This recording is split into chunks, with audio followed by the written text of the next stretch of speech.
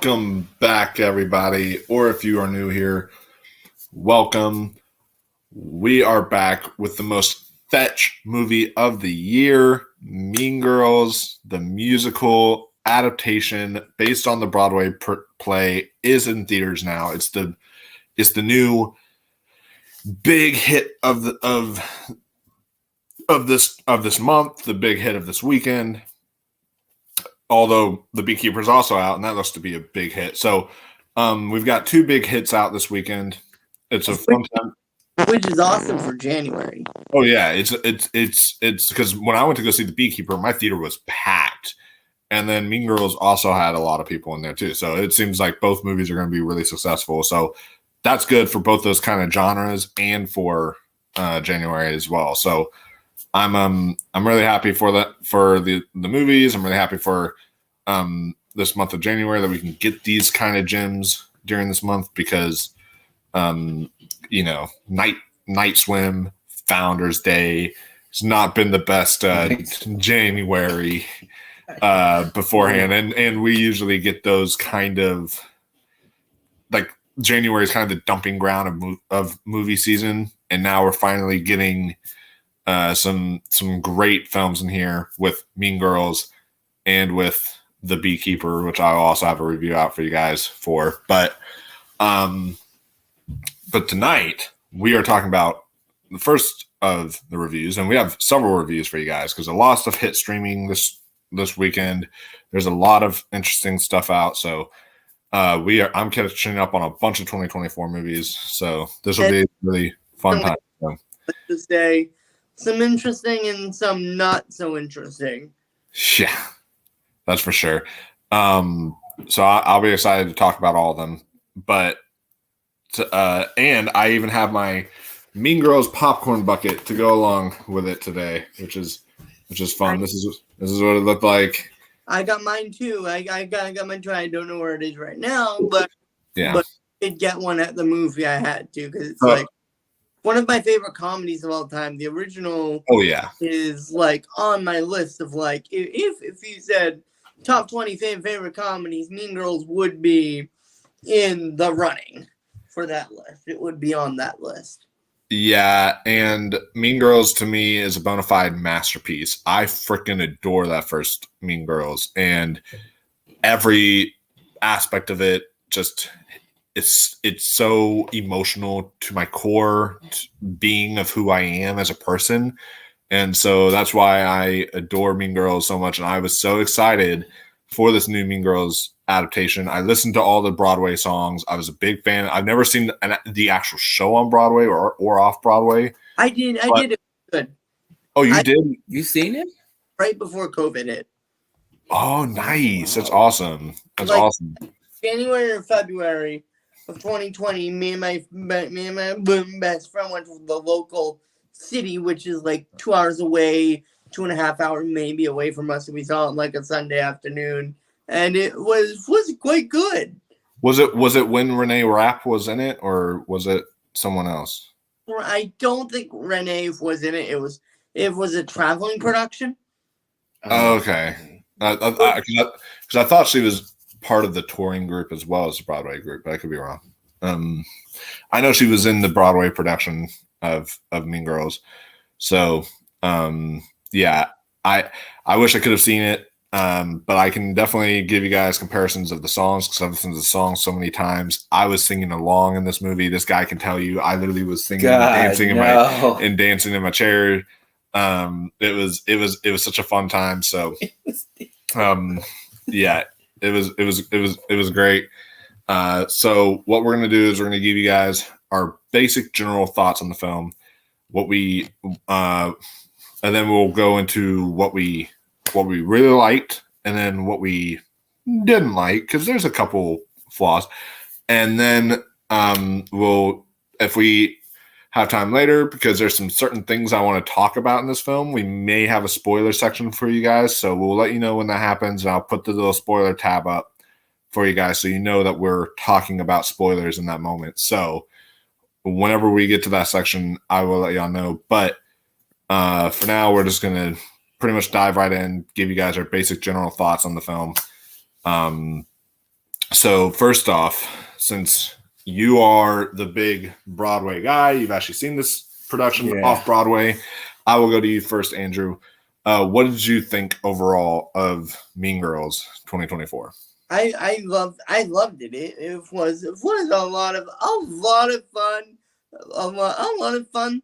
Some elements didn't bother me as much in this one, like when I saw it on Broadway, there were some elements I was like, I wish they kept this scene from the movie, or I wish they kept that scene from the movie, But going into this one, I said, okay, there's gonna be some changes. So I liked that.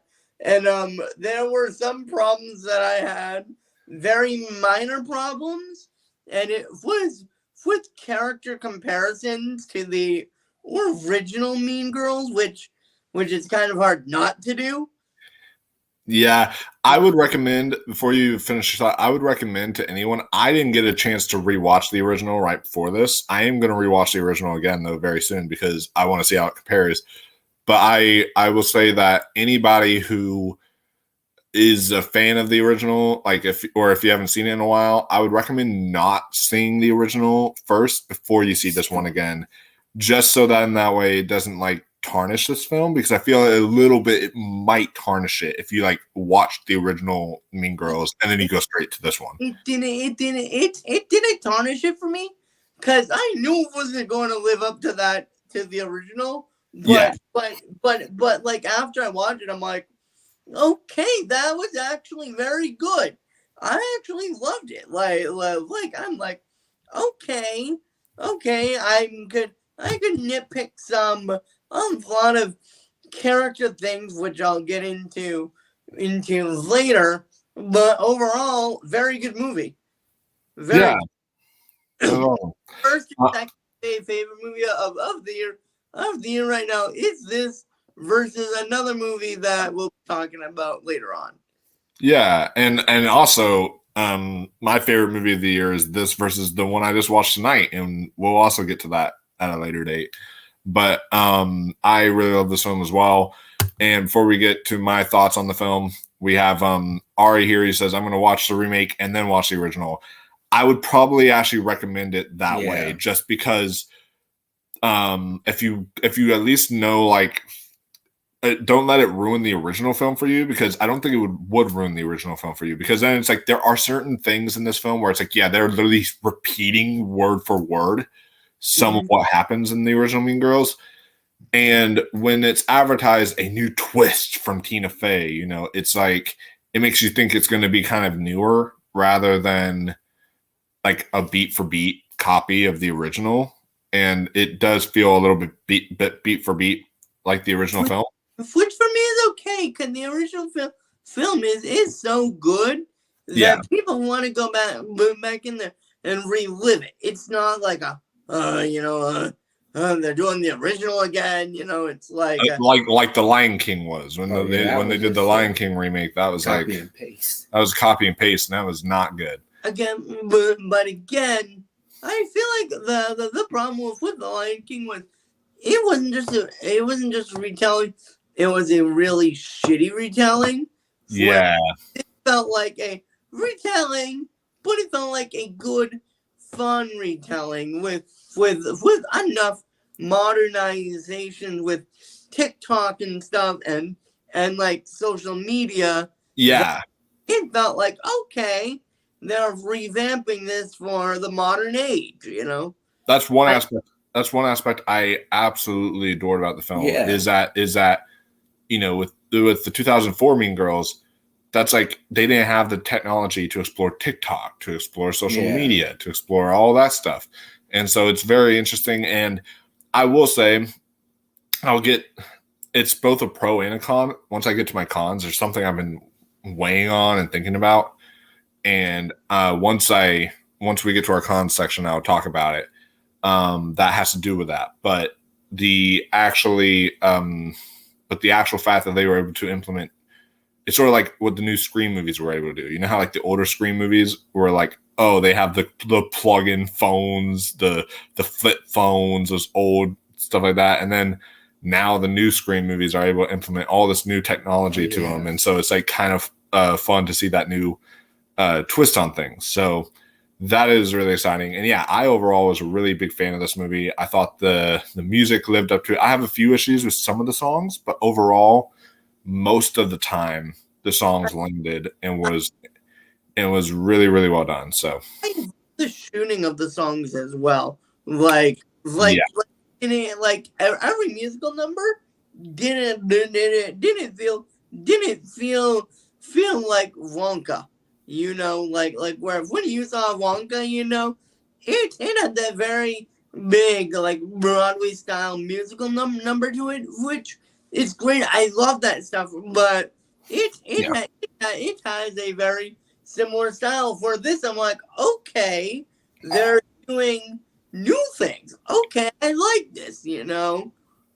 They are, and we'll even in this video we'll even talk about like our favorite musical numbers and like kind of, I guess we could like do a ranking of our favorite musical numbers as we were talking about. That would be kind of fun.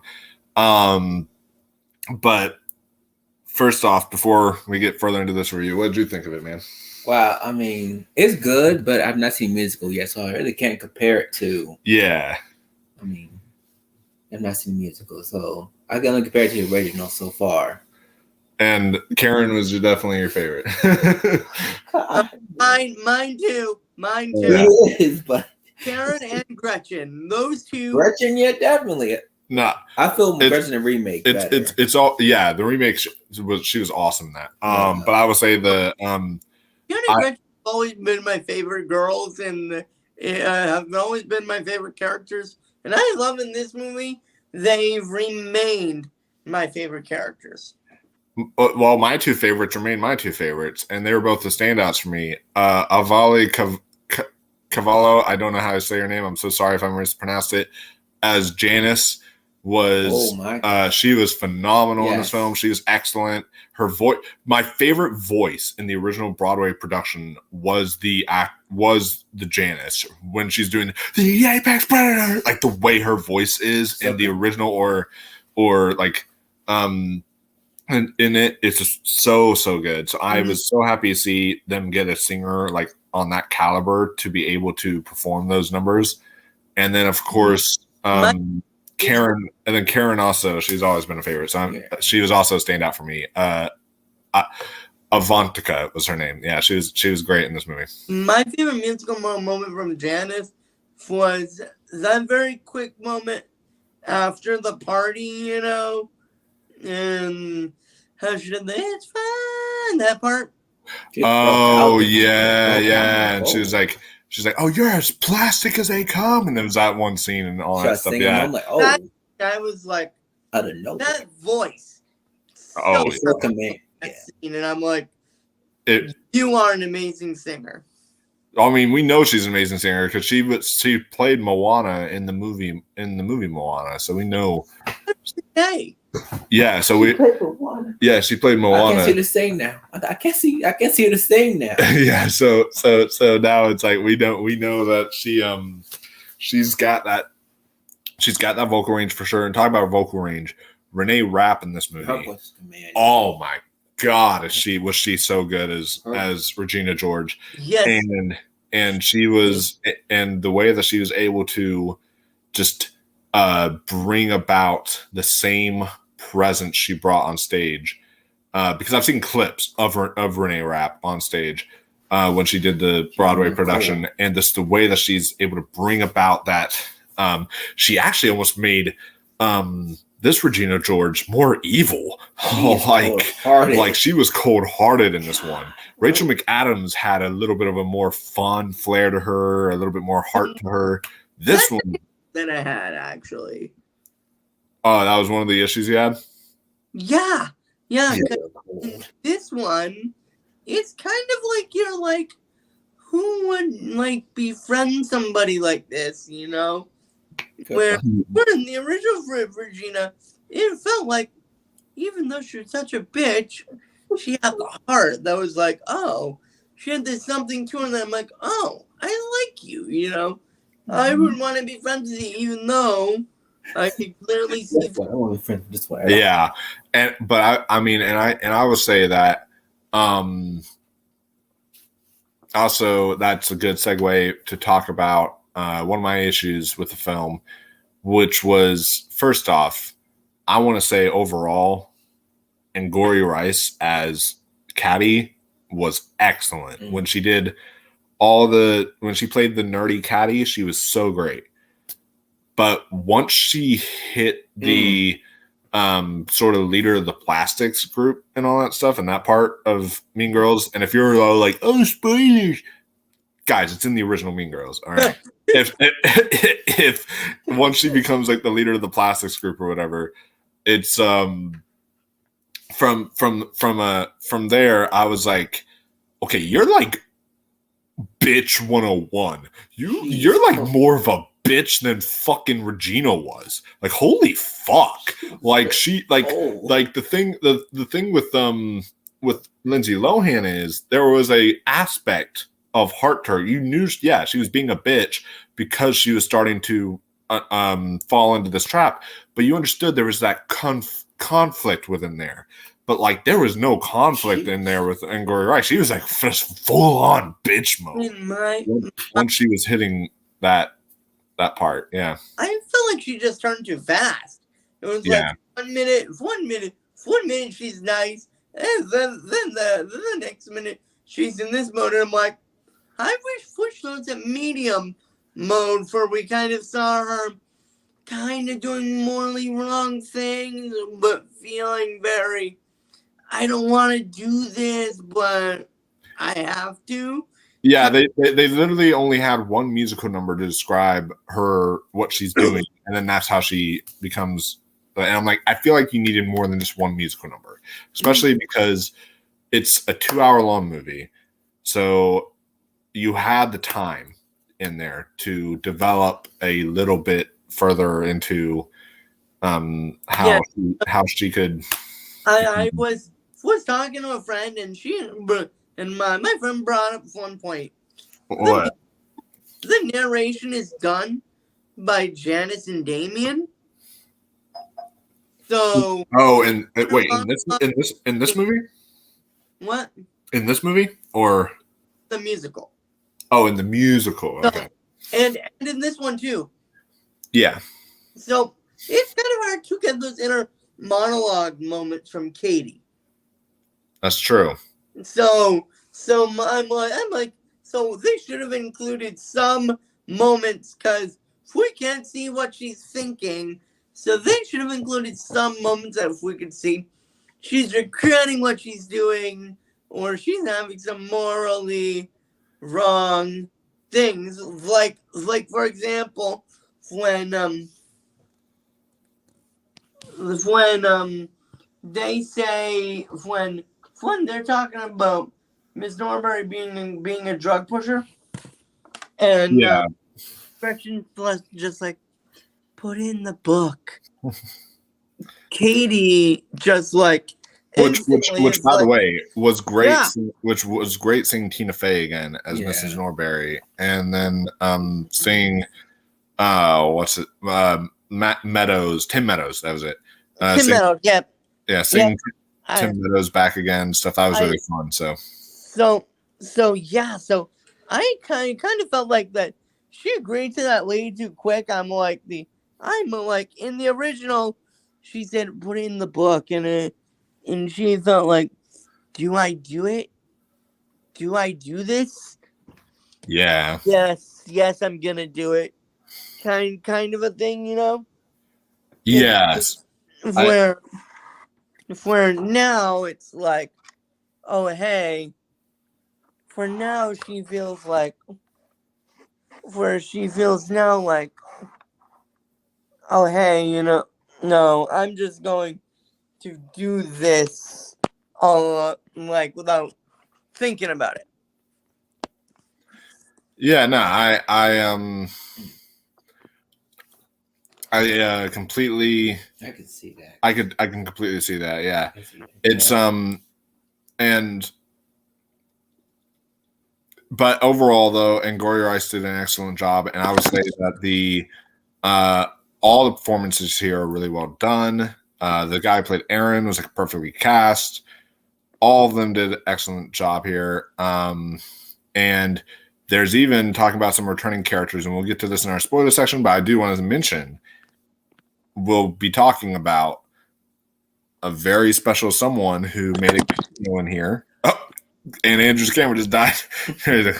A very special someone who makes a little cameo appearance in this movie, and so that was like really exciting to see.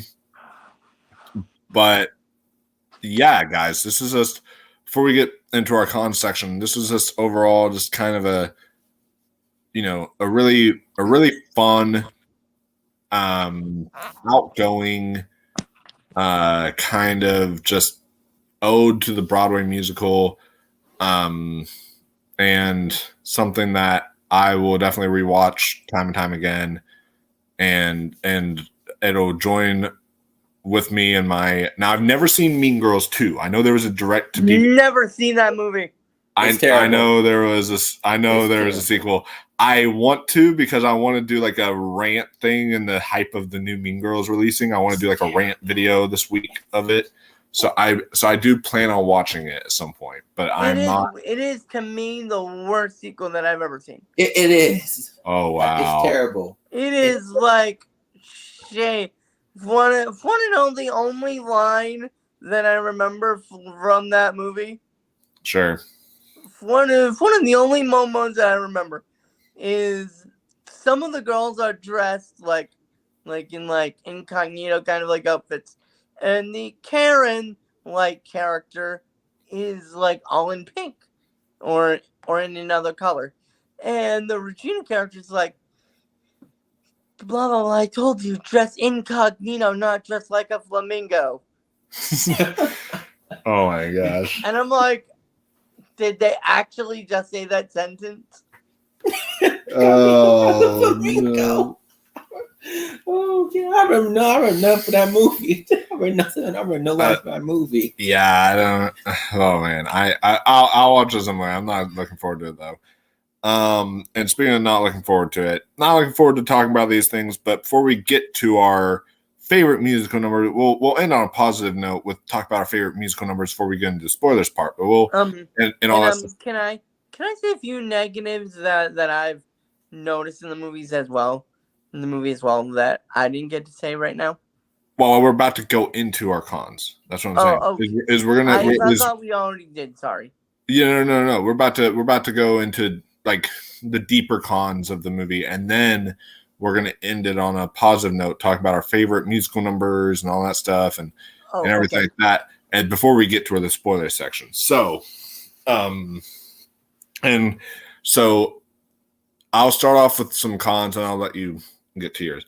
But the cons I want to bring up first is one of the biggest ones that I noticed was there were certain scenes and aspects that apparently this movie was going to be a Paramount Plus original before it went to theaters. It was going to be a streaming movie. And there are certain parts in there that feels like a streaming movie, if that makes sense. Like the way it looks. Like the musical numbers were gorgeous. I'm not going to complain about the musical numbers, but the outside of the musical numbers at parts, there was certain parts of it that looked like, yeah, this was a made for streaming movie kind of thing like that, you know? Oh, and so I was like, that was kind of an issue I had in there. Obviously, we talked about the turn of Angourie Rice was just kind of rushed and everything, and then I also felt like, yeah, Regina George, I mentioned that she's too much of a bitch in this movie, and a great voice, but too much of a bitch. And then I will say that I guess my other cons with this movie is, so there is a part, and I know that some of y'all might consider this a spoiler if y'all are fans of the Broadway production. So if y'all are fans of the Broadway production, I guess tune out now, but I don't consider it a spoiler because it's already, the soundtrack's dropped online. So you guys can like listen to it and y'all will know for yourselves. But one of my biggest cons with this movie is when they're introduced with the song called Meet the Plastics, where it's called Meet the Plastics, meaning all three of them. And they cut out the Gretchen Wiener's part and my favorite part, which was my name is Karen, my hair is shiny. They cut out that part and all that. So I was really kind of bummed that they cut out those parts of the movie. You gotta head out? Yeah, they just in the neighborhood now. Okay. Right. Well, see you later, man. All right, see ya. I agree. All right. Absolutely. All right. I agree. I agree with you. Somebody, my friend, also brought up they may have done that because in the Broadway version, they were singing that to the audience where the fourth wall, But I'm saying that with movies like Deadpool and things like that, But I still don't feel like that fits, because when I'm listening to my name is Regina George, all that stuff, like I feel like she's singing to us, the audience, and stuff. Whenever she's singing that entire part in Meet the Plastics, so I'm like, so why cut out their parts? Because I feel like the audience is being sung to in that moment. So that's kind of a big con I had. And then there's just a couple other changes that they made to some of the songs here and there that I was not so on board with. Like, for example, when they did Stupid with Love, I love the theater part. That's one of my favorite songs on the album. And I love the theater version of Stupid with Love. I want to get it. I want to get it somehow. All that stuff. And all that. And I love that part. But then here it's like they add a beat to it, make it almost popish. It's like, stupid with love. I want to get it. I want to get it somehow. I'm stupid with love. I was like, what are you? What? That is not the version I know. I was like, what is this? I mean, I'm like, I know the visuals were beautiful, all that stuff, but I was like, they kind of fucked over that song a little bit in the speed. The speed of it needed to be slowed way down, because she's like in love with the guy and she's falling heads over heels with him and all that stuff. You don't speed up a song like that. So that was another issue I had with the film. And there was one part that I will say this is a con, or not. This is not a con. This is actually a pro to the movie. It works on stage when it's just a solo part, but the Apex Predator song is a duet this time. In the Broadway production, it is a solo song. So it was interesting to see it as a duet this time. So that was interesting. And yeah, so but every other musical number was great. It was just that. And also, at first, I didn't know how I felt when I'm watching the movie for that first time. I didn't know how I felt about the What Ifs song being replaced for that song. Isn't it called It Roars, I think is the other one? Yes. Yeah, It Roars. Being replaced for that one, I was like, it was an original song that they put in this movie. And at first I was like, I don't really know how I feel about this song. And then it's starting to grow on me as I listen to it more. But those would be like my main issues with the film if I had any cons. What would be your cons with the film? I guess my biggest thing is they made Janice less rebellious in this version of which bothered me. Like she seemed like a punk. Like a badass, like punky, gothy girl in the first one. Yeah. Like in this one, she just felt like a misunderstood artist. Like for instance, that scene when Damien is telling their backstory, and she just puts on the cute like little mask thing. Yeah. She would not have done that in the 2004 movie. Like Janice was literally the type of person who she was best friends with Damien, But in the original movie, when there's that great part where they're starting to dance the prom and stuff like that, and then they realize, oh, ew, and all that stuff. They like do that, and they like don't want to. Like Janice is the kind of person who is not going to join in on the thing. And I felt like she was still rebellious because she's the one that plans. Yes. She's the one that plans the whole like scheme against. She doesn't. She just feels less like a badass. Yeah, I can understand that. And I feel like they cut a lot of Karen's innocence in this version. Yeah. Like they kept the airheadedness, but they cut out the airheadedness, and I don't know. I don't know. She was kind of a dumbass in this movie, man. There were 3 things that they cut out from Karen that really get me in this movie. First of all, it's that scene in Meet the Plastics. Yes. Second is the line, if you're from Africa, why are you white? And that would have actually fit this time around because she is it's a person of color playing the role of Karen. Yes. Fun. Yeah. And 3, and this is the biggie, they even left this out of the musical, and to this day, this is a grudge I hold against the musical. They cut out my favorite gag. Oh, yeah.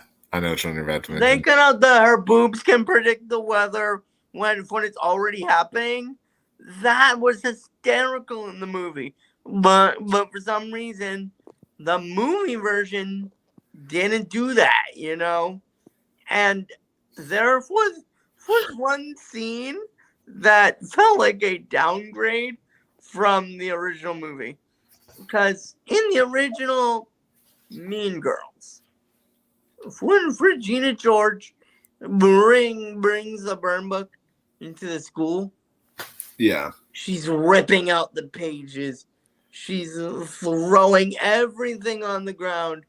Yeah, I had an issue. That's this version. I'm glad you brought that up. She literally just drops it in the floor and walks away. And an issue of mine too is you're dealing with a bunch of high schoolers, right?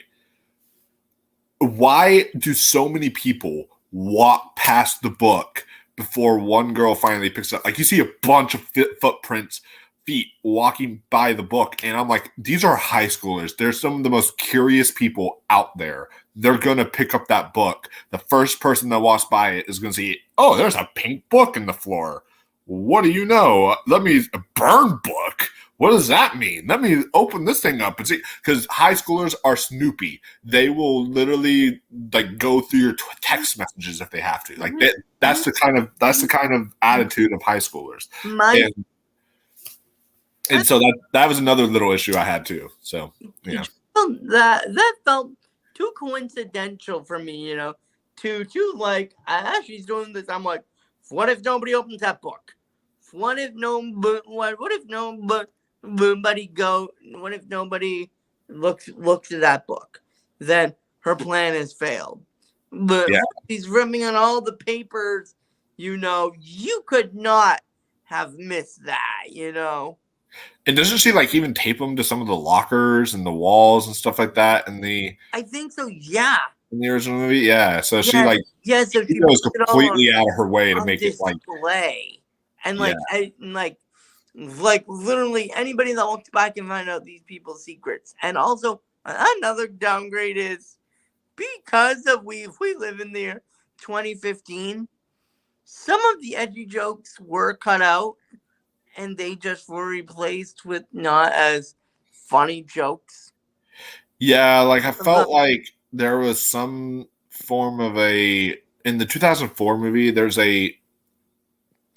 is celebrated among the world by everybody, no matter what race, sexuality you are, whatever. Everyone loves Mean Girls, practically. And so but there was a little bit more raunchiness to the first one, if that makes sense. There was the prime example. This one I felt played it a little too safe at times. But that sexy musical number definitely showed, and there was even a part I almost saw nipple whenever Regina George was pulling her shirt down. She's like, "These are real," and all that stuff. And I was like, "Damn, okay." So there was a couple parts like that. I will say that was like kind of like, "Oh, okay, they're kind of showing stuff here," but yeah. Can I tell the prime example of the editing stuff and making it not replacing it with anything funny?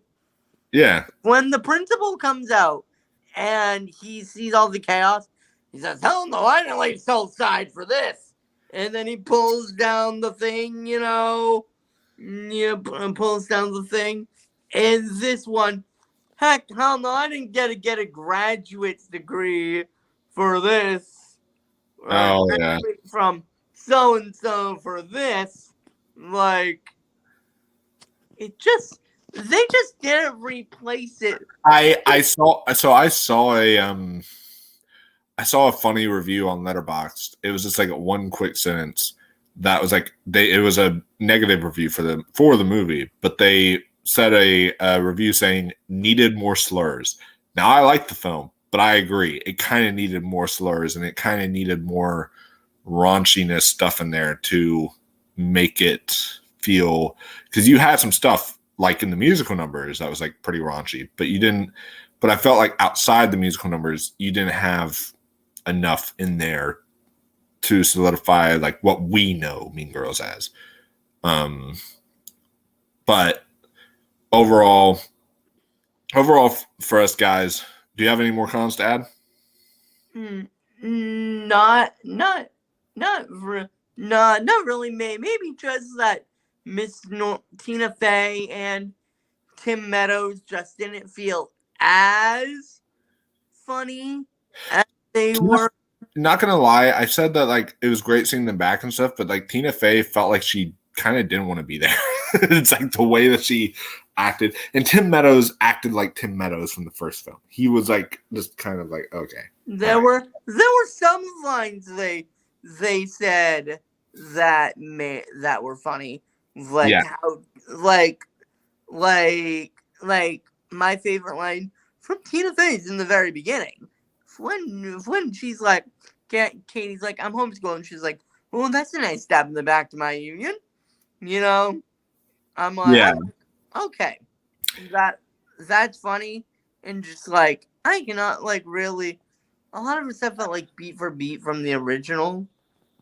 And then also another con of mine is a couple things. I wish we would have explored more of like her mom in this movie, because like the relationship with her and her mom, because in the first film, I mean, she has a dad and a mom in the first film. You never even saw her dad in this film. Where was her dad? Yeah, her dad's does not even exist, like doesn't even exist in the movie.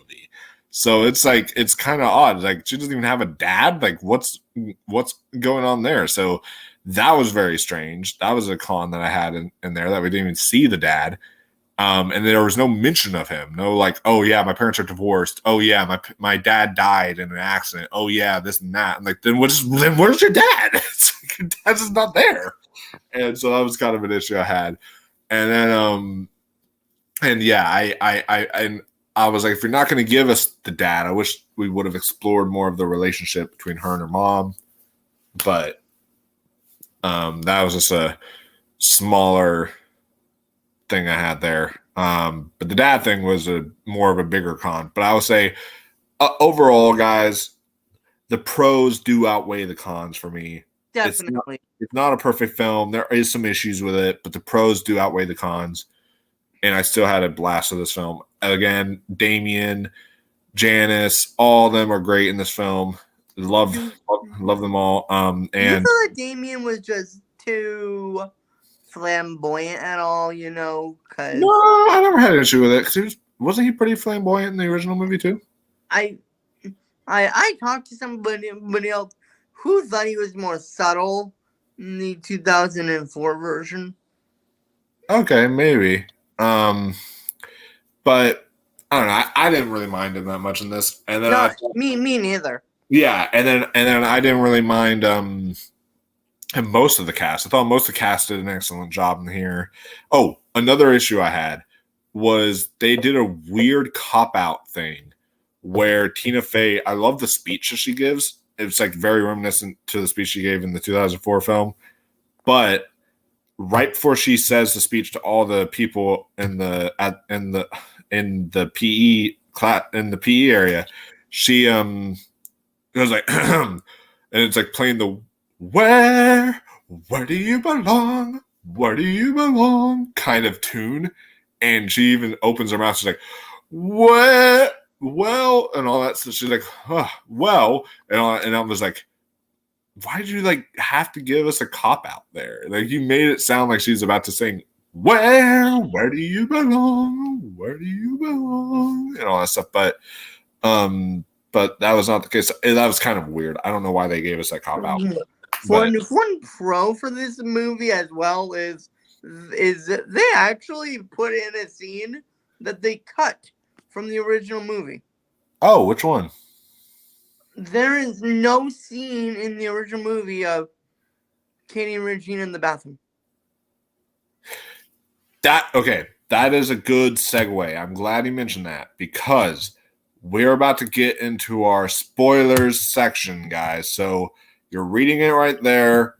So if you're joining into the live stream, down there it says spoilers. That means right now we are about to talk about things that happened in the film that are exciting, that are revealing, all that kind of stuff. So if y'all want to go into this kind of blind, now most of the time you're not going to really get that much stuff spoiled for you because it is a beat for beat copy of the original. But there's a couple things like what he mentioned and what we also want to mention that would be considered spoilers. So we'll have a brief spoiler section here for you guys. But yeah, I do want to talk about that scene because that scene was so powerful to me and was so well done. And that was something that was, while obviously the 2004 film is leagues better than this movie. And I really like this movie a lot, but it's so good. It's like a 5 out of 5 for me. The original movie is excellent. It's up there with movies like Blazing Saddles, you know. Oh yeah. It comes to great comedies. Yeah, it's high up there for me. So when it comes to that, obviously that movie's better. But there is one thing that this movie did better than that movie, and that was the bathroom scene. That was my favorite scene in this movie. Was when Regina George and Kathy Harris are finally having that moment together, and they're having this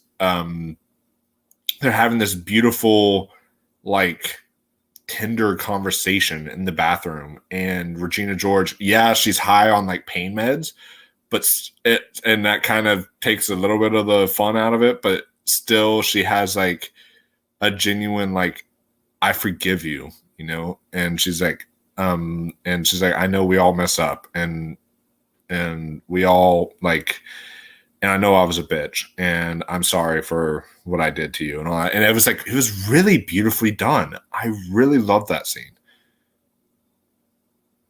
What do you think? And I loved it. I loved it too. Honestly, I really loved it as well. I loved that scene. I felt like it belonged to the 2004 version, and it bothered me that it was cut out. So I was so happy to see it here. But I did remember something that could be considered a spoiler. What would that be? And the talent show scene. Oh yeah. Why did they change the song? Oh yeah, that was weird. It was like they may have done that in the Broadway version too, but I'm like, that is probably legit up there with one of the most iconic scenes in comedy. Especially because the other song they were singing doesn't really give me Christmas vibes. But like the jingle bell, jingle bell, jingle bell rock gives you Christmas vibes. And then the thing with the but I will say this. I loved in the Halloween section how they're still watching Friday the 13th Part 2. In the original, I saw that too. In the original movie, they're also watching Friday the 13th Part 2, and Janice does the same thing of where the jump scare happens. She like tips her popcorn up like that and everything, and it's like, and so it was kind of fun seeing that again. I was like, hey, it's the movie. I did like that Leonardo DiCaprio scene, you know, Once Upon a Time in Hollywood, where you know, yes. Leave back. It was like that. Love that scene. I caught that in the movie too, because I'm like, oh hey, that's the exact same movie. Yeah. So that was fun. And you know, so it's I want to talk about obviously the big spoiler here, where there was a cameo appearance by one of the original people from the 2004 movie, and it was perfect that she was the Mathletes host because it was Lindsay Lohan herself. I was hoping it was going to be Amanda Seyfried in this movie. I was hoping it was going to be like Amanda or Rachel McAdams. That would have been fun too. But apparently they said Tina Fey in an interview said they couldn't afford the other people. I guess they could afford Lindsay Lohan because she's not working as much, but they couldn't afford Amanda Seyfried. They couldn't afford Rachel McAdams apparently for their budget that they had. So I guess that sort of, I don't know what the actress playing Gretchen's doing. I don't know why they couldn't afford her, but they couldn't afford the others, so they brought in Lindsay Lohan. And it kind of confuses me, like, if they're so connected after the original, you know, that one, like, you know, why didn't they say, oh my god, how long do you need me, you know, like, I'll do it for a smaller fee, you know? Yeah, and I you know, one thing I would love to see is a reunion thing to where they're all grown up now and like their kids are in high school and such. And so it'd be really fun to see like what Karen's kids turned out to be or what, you know, Regina's kids turned out to be and all that stuff. And it would be fun to see them as the parents now. And then what I would love is if they all like got in trouble and there's like we had to call your parents, you know. Yeah. And there's a reunion scene or scenes of like all of them like seeing each other for like all these years, you know. Yeah, no, that would be excellent. Or like an open house night or something. Yeah, because I think if you did a reunion thing, like obviously they'd all have to get back together again, and they're all friends now, so there's no like hostility there anymore and such. And that would be really great. I think that would be really fun to see.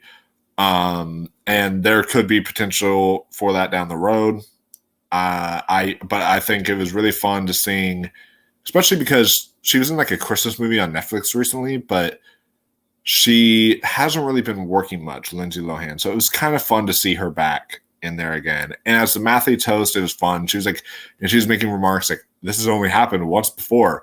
But it also brings me to another kind of issue I have with the film. And I didn't want to talk about this until spoilers, but it kind of makes no sense that Tina Fey and Tim Meadows are in this movie. And the reason why is, like, you can have Lindsay Lohan play the Mathletes coach, and you don't have to say that she is playing Katty Harris. You know, that makes sense. You don't have to say that. But the thing is because there's already Katty Harris, there's Karen, there's Regina George, there's all these other characters in there. It's sort of like by having Tina Fey and Tim Meadows back as their same characters, is this like a sequel or is this a remake? Like it makes it kind of confusing because he even references like, oh yeah, I had to come back and help the school again. But I'm like, then why is there someone literally named Regina George again? Why is there someone literally named Karen again? Why is there someone literally named Katty Harris again? Why is there someone literally named all the names of the Mean Girls in here if you're referencing like, oh, I had to come back to the school again or something like that to take care of you guys so I could pay off rent or whatever Tim Meadows said. He said something like that. But it was like, maybe it was another event that like happens that wasn't about the Mean Girls. That's why I wanted to leave and come back, you know? Maybe. I don't know, but it feels kind of, I guess, odd a bit. But I can understand, I guess, why they still wanted to bring him back. It's just a little bit confusing there. But the what do you replace them with, though? And also, I can bring this up in the spoiler section while we're here. I don't know if Ari's still watching. If you are watching, let us know what you said. You said you heard something about the remake that sounds really bad. Let us know in the comments what it is, because we're in the spoiler section now, so we can talk about it right now, if you're still watching, that is.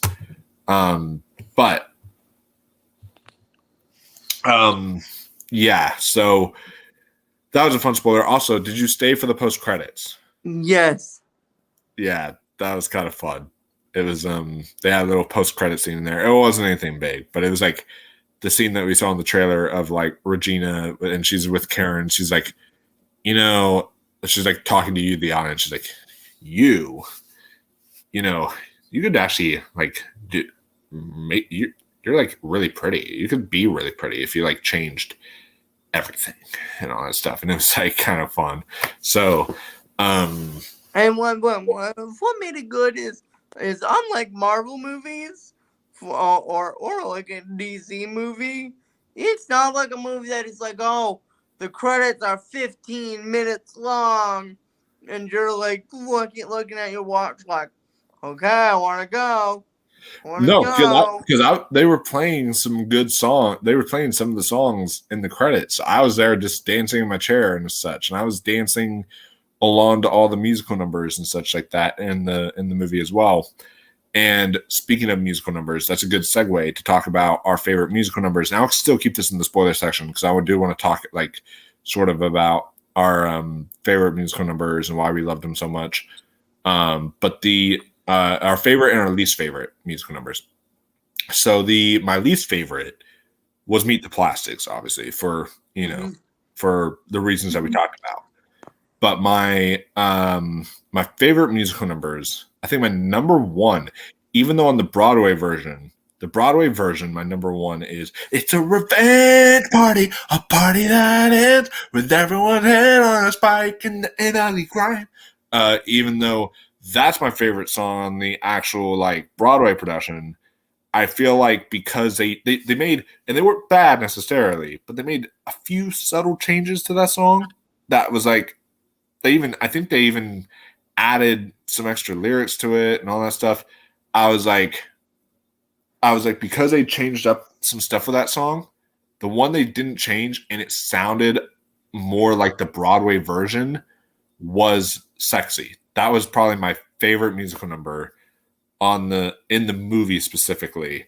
I loved it, seeing Karen in all the different costumes, and she starts out singing, and they kept in both parts, because if you listen to just the soundtrack, they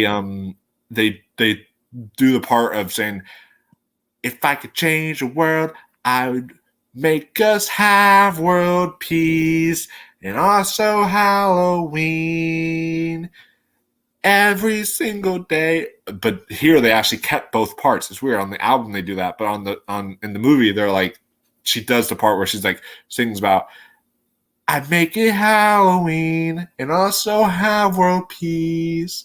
She's like, "World peace should probably come first. World peace, then Halloween." And she's like, "Let me start over." And they kept that part in the movie, which I liked a lot. And so because they did all that, and because of all of her costume changes she was doing and all the fun stuff there, I gotta say Sexy was probably my favorite musical number in the movie.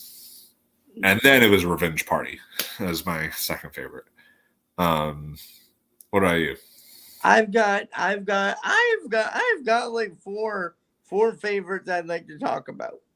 Oh, also my third favorite, real quick, because I have three favorites I want to talk about. So those are my two favorites, and then my third favorite was, if I had to give a top five, so it's those two, and then my third favorite was the I'd rather be me than be with you. I love that one. And then then my fourth favorite was probably Apex Predator. I love that one. And then World Burn was the other one I loved. Just singing either World Burn or the one that I forget the name of it, but the one that Regina sings when she's at the Halloween party, because I felt like it had like Ursula vibes to it and such. That was kind of fun. So I get it. I agree with your top four, but I'd like to include one more song that I do not know what it was, but this one just hit me that just made me happy to hear. Which one? The scene where Gretchen is getting the shoes, and then yes, and she sings "What's Wrong with Me." Yeah, yes, I love that song. Like, it felt like so raw and emotional that it actually made me feel for that character, and I'm like, my God. Now that I think about it, that one might be my fifth because it actually stayed very true to the Broadway version. Like I mentioned, how they would make a lot of these songs feel kind of popish, like the "Stupid with Love." I want to get it. Why can't I get it?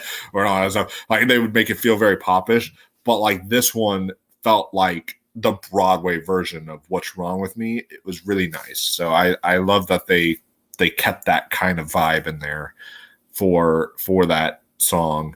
And of course, my favorite part of that song is when she's like starting to like, "What's wrong with me? Why can't I see? What's wrong with me? Tell me," and all that stuff. And she starting to sing that whole part up there, and she gets higher and higher and higher. And it's just like, and they kept that part in there. So I really love that part. And then there was so that might have been in the top 5 for me as well. Stars was kind of disappointing for me. I don't know why. That one was like, I liked it. It just was not as good. But Me and the Plastics is also, I agree. Like I was like, Renee Rapp nailed it, but literally kind of Gretchen and Karen. Like I'm like, and then not only like it would have made the musical number more fun because by not having Gretchen or Karen in there. You're just, it's kind of a boring musical number because because she's just kind of sitting on a table and she's singing to her. She's like, "My name is Regina George," and all she's doing is just sitting on the table singing. I'm like, this is kind of boring. The only other thing that I would have changed in this movie, I forgot to mention this earlier, is I kind of have wished, because if we got a quick scene at the end of the movie with Katie and Gretchen. Like I'm like, there was that scene where Katie's mom is like, "You got that text, from Karen, you guys are still friends or something." And she like spells it wrong. That was so cute. And there's that really good scene with Regina. I'm like, what's gonna go with Karen? Like, is it like a does she end up apologizing to Karen? Was there never a problem in the first place? Is she like, "I'm never gonna forgive you"? Like, what's going on? That part was kind of odd, and then also it was fun at time. Most of the time, I'll say most of the time, it was fun hearing some of the lines like, "Well, it mattered when I wore that vest." It was like, because that vest was and all that stuff, or like there's some of the lines of like, of like, "You can't sit with us" and all that stuff. Like all that was kind of fun at times, but then a little bit it felt slightly on the nose sometimes when they would do those callbacks. But I like all those things. It never crossed the line with me. Yeah, for the most part, it worked. No, I'm not like complaining big time, but I'm just saying like, But like I said, guys, overall, the movie was an utter blast. it was something I wish they would have advertised this as a musical. That's a major issue I'm having with films like this. Is they're not all there is that little musical note up there, that little music note to tell you it's a musical. They've not advertised this movie as a musical at all. So I'm kind of happy about that. You know what? Why? Like two movies that have advertised themselves as musicals. The new West Side Story flopped, and the new In the Heights flop. And then Wonka comes around, and it's not advertised as a musical, and it's gonna make $500 million. Yeah, that's true. So I mean, but didn't The Color Purple kind of advertise itself as a musical, or no? I'm trying to remember. Yes, and even that after its opening day boost. Yeah. Yeah, that's true. So, so maybe this is the way to do it, you know? So maybe, sadly, this is the way for these movies to make money, other than Wicked. Wicked will be very interesting to see how that does, because I know it's a two-parter, but what if the first part flops? It all depends on how it does, you know. So that's why I'm not happy that it's two parts. I'm like, so are you telling me that we're not going to get a second part? But again, I think they shot them about the parts back to back. Yeah, I think they are. They're shooting them back to back. So my curiosity is the budget. I'm like, say if it's like a $300 million movie, is that $300 million per movie? Or is it like it needs to make like 700, if the first movie makes 700 million and the next movie makes 750 million, if it's like 300 per movie, it would be barely profitable. But if it was $300 for both movies, $300 million. But yeah. So that would be I am hopefully they don't go over the budget, because that's another thing too. Like with a film like Mean Girls, I feel like this will be successful because this didn't really have that big of a budget. So I already know what the budget was. What? $38 million. Oh, then it will make its money back. So we're good. And its projections for opening weekend are 30 to 33. So it's like, by next weekend, it's going to be like next week. It is going to pass its production budget, not be profitable. Yeah, but pass its production budget. And because, is there really anything big before Argyle? Not that I can think of. No, they're January is just kind of a dumping ground. It's usually that case where we have one big release, but then everything else is just kind of a dumping ground. Like how we had Scream 5 in January, or how we had Megan in January and stuff. But other than that, usually there's always, or Split in January. You know, sometimes we get those one big movie, but then we get like everything else is like kind of smaller stuff. I think we're both excited for our Argyle, though, for two reasons. So I don't have to ever fucking watch that trailer again. One, because if we genuinely want to see it, and two, the fucking trailer, man. They played it before our movies. They played it for Mean Girls, and I literally had to take a photo and send it to you, because I was like, saying, God damn it. I cannot believe they did that again. And then at this point, every time you go before you see Argyle before February, like next week or the week after, I want you to take a picture if that fucking trailer plays. I don't understand why they don't even have a second trailer that they can play. Like, why? And they tricked us with this second trailer. In this movie, because it started with our Wednesdays is for Pink, the Friday is for gold. And I'm like, ooh, is this an actually new Argyle trailer? Oh my god. Yeah. And then everything else, I'm like, yep.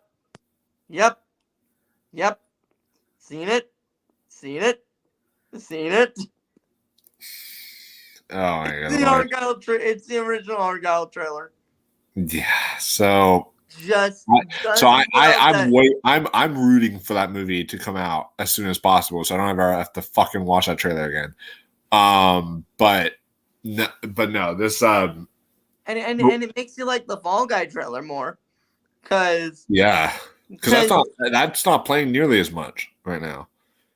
Because I'm kind of curious if that trailer is gonna really pump up February, March, April, May. Yeah, it does make you kind of wonder that. Be the new Argyle. Yeah, that would be interesting.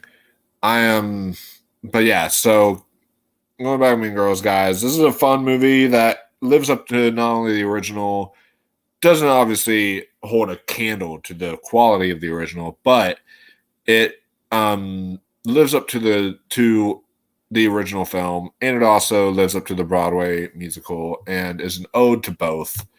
And so if y'all are a fan of either one, I definitely recommend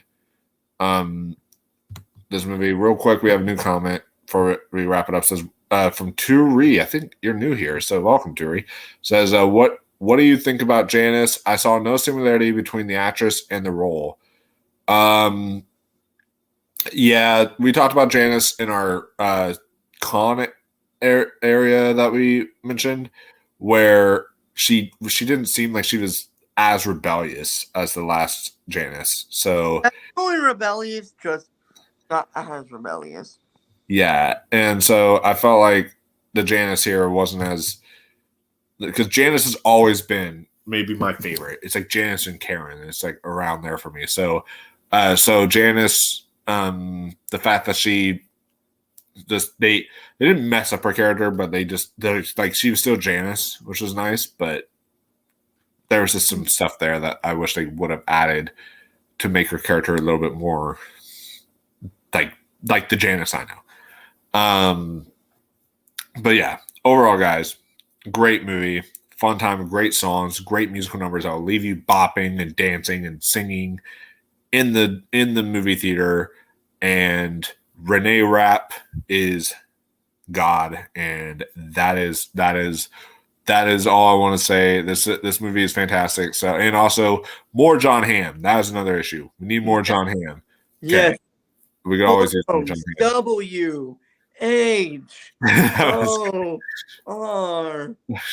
Oh my god, that was great. But yeah, so that'll be it for our review, guys. Do you have any closing thoughts you want to? No, just it's a miles better than Mean Girls 2.